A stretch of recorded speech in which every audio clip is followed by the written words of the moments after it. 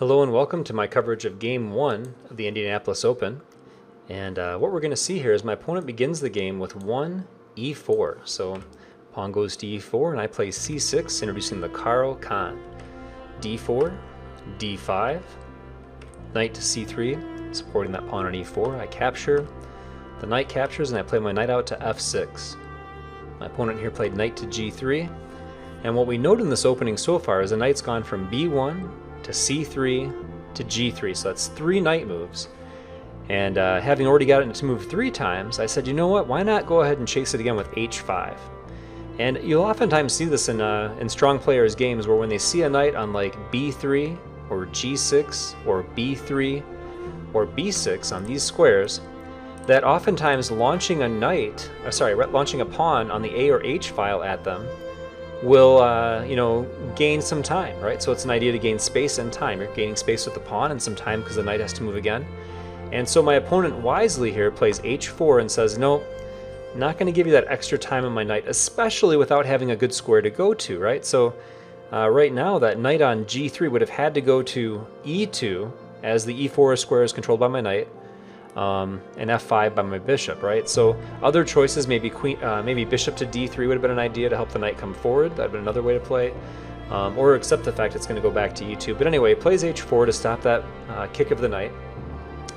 And this is a good point in the game to talk about evaluation of the pieces, right? So one of my problem pieces in the position is the bishop on c8. Now, some of you guys looking at this might say, what about the bishop on f8? Isn't this guy the problem? But actually, it's this bishop right here on c8 that faces more problems long-term with pawns. You know, the pawn is going to go to g6 or e6 on the king side, which is going to give my dark square bishop a lot of life, and it'll have targets, like, for example, this pawn on d4, or maybe the b4 square with a check, but that bishop's going to get out and have a good life. But the problem piece is actually this bishop on c8, because the pawn's on c6, b7, eventually e6, and f7 as well as h5, all limiting that bishop's mobility. And for that reason, I play bishop to g4, looking to have a minor piece maybe block between the queen and the bishop, so that way I'm able to capture that piece, either the knight or the bishop. Of course, if it's the knight on f3, I might just keep that tension for a while, because the pin that can be annoying, right? So I don't have to capture right away. There's no pawn on h3, for example, to harass me away. But anyway, just giving you guys some thought processes here that were going on in my head during the game. Idea of wanting a favorable bishop versus a worse bishop. And when my opponent played bishop to e2, I immediately just grabbed that bishop. I'm like, okay, this is kind of how I want this to go. I want to have, my good bishop on f8 versus that bishop on c1 that maybe would have less choices. That c1 bishop, very similar to my c8 bishop. In fact, they both have similar squares that they're looking at, right? Or that I would have had to look at had I not exchanged it, right? So then the knight on g1 captures, further supporting d4, and maybe with the idea of supporting a piece to f4 as well. So this is a fine position for white, roughly equal. Neither side really has any scary threats yet, right? So I play e6, and here my opponent played queen to d3. And I remember this old line that I used to play. Where did it come out of? I think it was with pawns advancing to like e5, and also like with pawn going to e5. And the idea was to check on a5, so give a check here, and then after the check, drop back to a6, challenging the queen. Now, one difference is that I'd normally be looking at this diagonal right here, and this diagonal would maybe be like a diagonal that the king couldn't castle on if the queen moved. But you notice the knight's already on e2, stopping that from being a problem. But anyway, I go into this line, so queen to a5, bishop d2, and then queen to a6.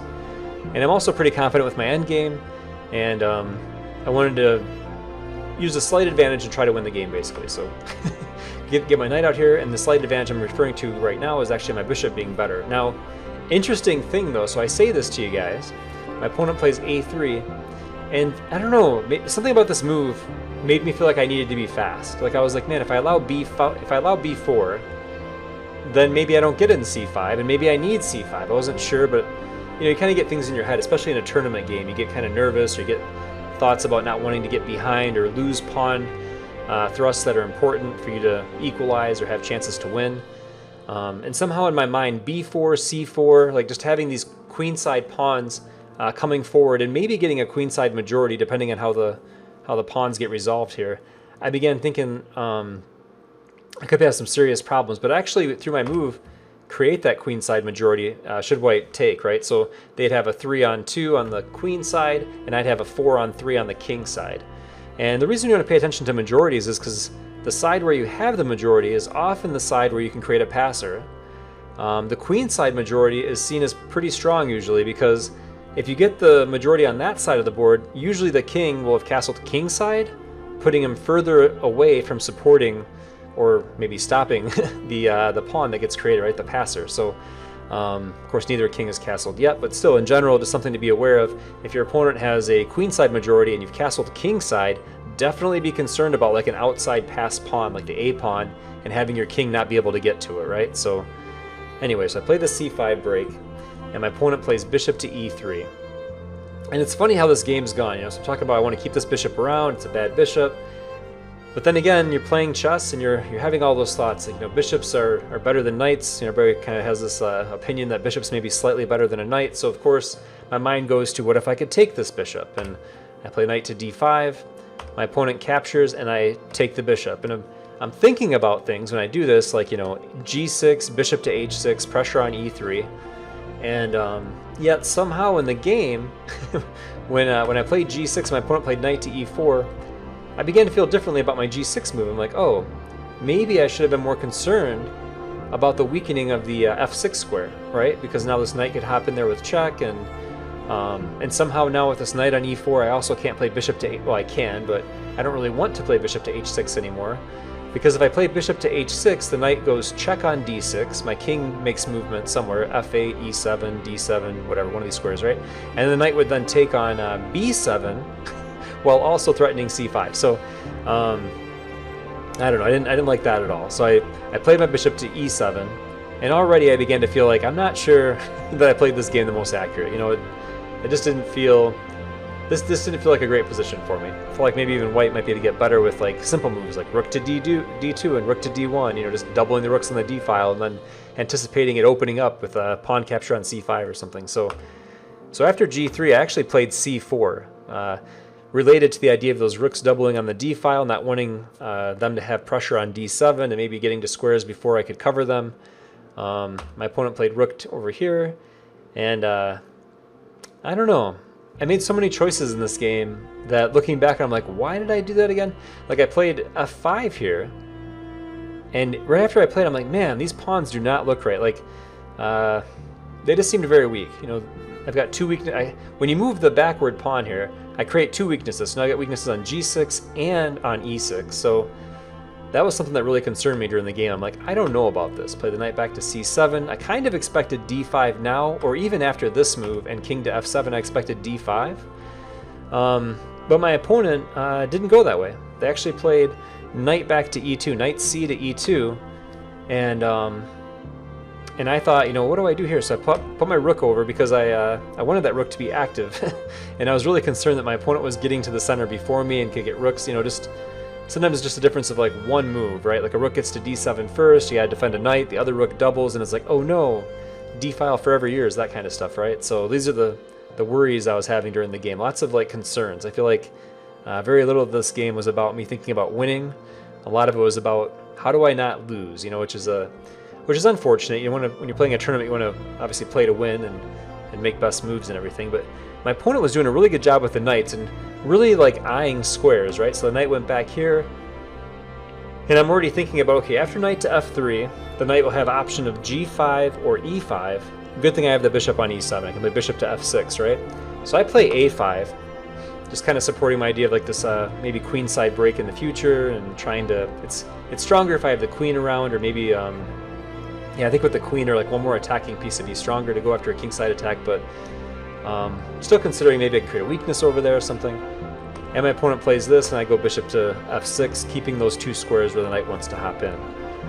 Probably all looks really simple in retrospect, but like during the game, you just have lots of thoughts and worries, and you know, which is the right way. I play my knight to d5, so I'm attacking the knight and the pawn on e3, and he captures. And later in the game, I will say, I got really, really concerned. I started looking at the position differently. So once I took here, I began to think, was that the right capture? This is while I was playing, right? Because I've got these two weaknesses now. And then the unfortunate thing about these weaknesses is this knight, through maneuvering, can actually get to f4, and on the f4 square would attack both weaknesses. And I began to think, man, if I don't play accurately or carefully, I could find myself in an endgame if I have this bishop versus this knight. Just getting the knight to f4 might win the game for white.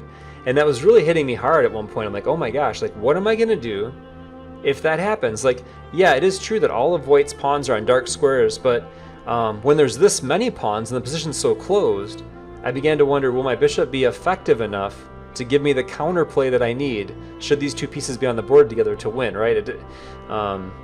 I began to think my winning chances were going down pretty bad, actually. I was thinking, like, man, this is going to be a tough game, but I still try to think of, like, activity on the queen side, so I play b5, and I had the idea of a b4 break at the right time if I'm not losing on the king side, right? Because this knight somehow really got in my head. Now, I have nice pawns kind of holding the white pawns back, so there's not going to be a pawn advance over there.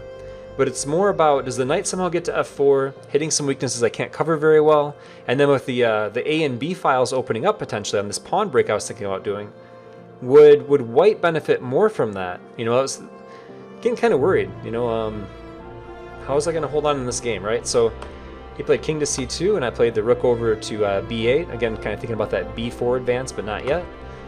And yeah, wisely, my opponent goes, oh, you want to open up some files? Go for it. And you play b4, I'll play a takes, and then he's got this maybe rook to a7 check that he's thinking about, right? So I play my rook to d7 to help fight against that idea, and also maybe to prepare like rook over to b7, doubling the rooks on a file I might try to get a break on. And the rook came to e1. So white's just kind of like, I would say like just kind of doing some waiting moves, right? They're not, of course, they're not thinking about pushing that pawn. It's going to be staying right there on e3, but I go ahead and just eye the pawn just to say, you know, like, you got to keep something guarding this. It could be a king, a rook, whatever. And my opponent just begins to double the rooks, which he was really good at anticipating attacks, right? So you look at my pieces, I have 3 pieces here. So if I brought the rook over, dropped the bishop back, brought the bishop up, the most I could put on this pawn is 3 pieces, 2 rooks and a bishop. And unfortunately for me, white has exactly what they need, 2 rooks and a king. That's also 3 pieces, protecting that pawn. So there's no weakness yet that's going to be like, this is the way through, right? And there's also a knight that can move in the way on g5, for example, if I try going after that. So anyway, so I play the bishop back, and I am allowing the check on g5 should white wanted to play it, but just played the king over, and I played this rook up. And I'm just kind of feeling things out, you know, like just trying to see if there'd be like a weakness or something. And I get the idea of maybe reinforcing the pressure with this pawn coming forward to try to get a capture. And here I actually do go for the break. And we could get here. And I started having thoughts that this c pawn was going to become weak enough that I could win that pawn and win the game. So my thought was like pretty simple stuff, like rook goes up here, bishop comes in, bishop goes to b2, attacks the pawn again, and maybe the 2 attackers on c3 is enough. You know, I began to have happy thoughts about winning that pawn and winning the game. So my rook goes forward and back here. So I decided I didn't want to trade quite yet. So, and now I've got this idea, and I really I missed how simple white's defense of that pawn was, but I really just thought I had this, this, and this, and my expectation was that white would be racing here, like here, here, here, and going after that d pawn, the d5 pawn. So I'd be going after the c pawn, they go after the d5 pawn, but instead the knight went here. And I remember thinking during the game, what's that knight doing? You know what I mean? It wasn't the path that I'd seen, right? So I play my bishop in, and then the knight comes here, and it's like, oh, well, of course, the knight has actually guarded c3, and maybe worse yet, has access to f4 still. So I was looking at this like, you know, it's like one of those things where you're like, I don't know. Not only might I not be winning this game, but I might be losing. I've been having some discomforting thoughts about like things that might happen in this game. So I play the rook up to guard d5, kind of anticipating knight to f4 being an idea at some point. King goes up, drop the bishop back, king goes up again, and I checked the king, and I was kind of hoping, what was I hoping for here? You know, I had dreams of something. Oh, I don't know, it'd be kind of crazy, but if somehow I get a rook over here, controlling this square, then like this would have maybe have been mater getting closer to it. If the king was like on, if the king was over here on the g7, but anyway, king goes back, and I play my rook up, and I begin to kind of feel like I'm making some headway with this move, but White has a simple way to kind of deal with this, just rook to c1.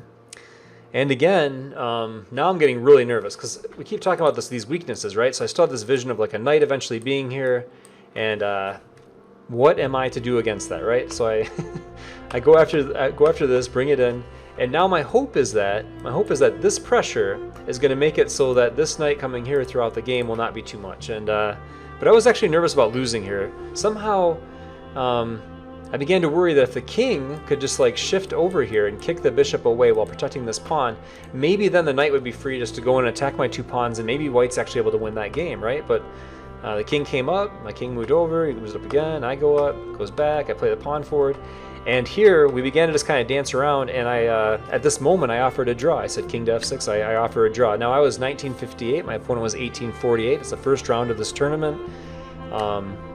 You know, white can obviously continue to play on. They could capture, maybe king goes here, knight up, have pressure here, and we begin to trade, right? And it's a matter of, you know, is white doing better? Am I doing better? I was actually worried that white might actually be better, but computer evaluation agrees with our decision for a draw here. And that's how the Indianapolis Open started, was this game and a draw. So the Carl Khan and me just kind of not seeing the ease with which white's able to hold c3. And really not the most exciting game, right? There wasn't a whole lot of like tactical stuff happening, or nothing too wild. So I guess that's one nice thing. I played the black pieces for the first time in 7 years in an over-the-board tournament, and didn't find myself losing right away, so that was nice. But definitely this game got me nervous, though, about the tournament in general, because I was thinking, man, that was a pretty rough game, you know, and this guy's 100 points lower rated than me, and I had a rough time with it. Maybe this can be a long event. But as you guys will see in round 2, you know, the games got pretty interesting. It got to be a lot more fun, and some exciting things happened. So hopefully you guys will come back for the next video in this series of games that were played at the Indianapolis Open.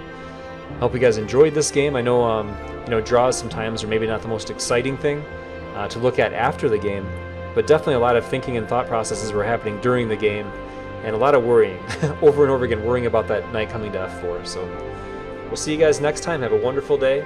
Thank you for tuning in. Please check out the channel, Fortuna Chess Coach on Twitch. I will be streaming later tonight. It's 7 p.m. right now on September 7th. This is the day after the Michigan Open ended. So I did these two tournaments back-to-back weekends. And I look forward to seeing you tonight if you're on Twitch and able to stop by. Have a wonderful day. Good luck in your own games. And hopefully something you guys saw here gives you some ideas of maybe a thought process or an idea of how to play your own tournament games. Good luck to you, and I look forward to seeing some of your games soon. Bye, guys.